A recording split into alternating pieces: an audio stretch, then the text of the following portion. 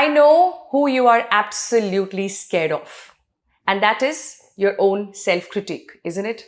This inner voice that tells you that you're not smart enough, you're not intelligent enough, successful enough, rich enough, good enough. And this voice just does not stop. We sleep with it, we wake up with it, and this is what keeps us small. My name is Yukti Kapoor Mehandiratta, and as India's leading transformational leadership coach, I want to coach you today to learn how to deal with your own self-critique. There is a 3-step process that I want you to go through. But before I tell you the process, I want you to know that the intention behind your self-critique is positive. I know it will be difficult to accept that, but this is true. The intention of our self-critique is always to keep us safe. This critique inside your head is trying to tell you to not take any risks, to stay low, to not do anything that could cause failure, because it'll hurt you. You will not be able to take it well. So it's just holding you back from getting out of your comfort zone. The intention behind that is to just keep you safe.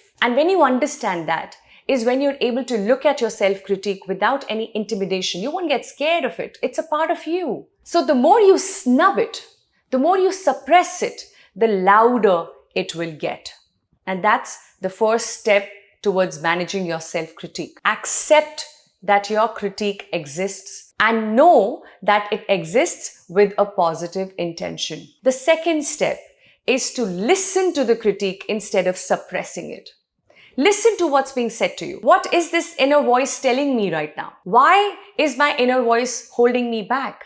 Why is this voice telling me not to try again? What is the fear that I'm experiencing as I listen to this voice? And when I listen to it with that compassion, with that openness, is when I can counter it. Like how you would counter an argument a child puts in front of you. Their fears are real for them, but you find it cute.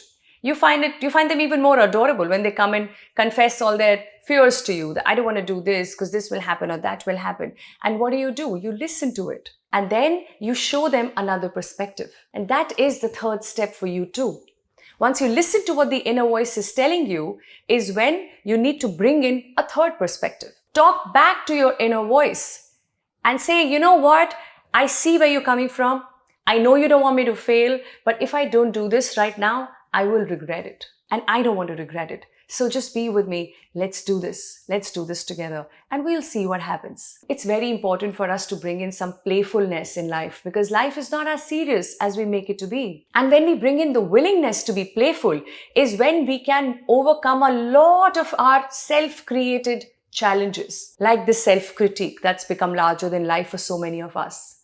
That's dictating everything we do or don't do. It is something that we just endlessly want to keep suppressing. And I need you to look at this inner voice as your friend.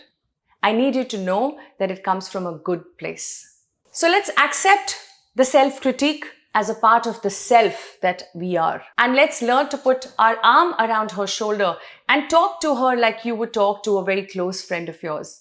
Because nothing is closer to you than your own inner voice. So let's not fear this voice. Let's befriend this voice. It's there to support you. All you need to do is to go beyond that.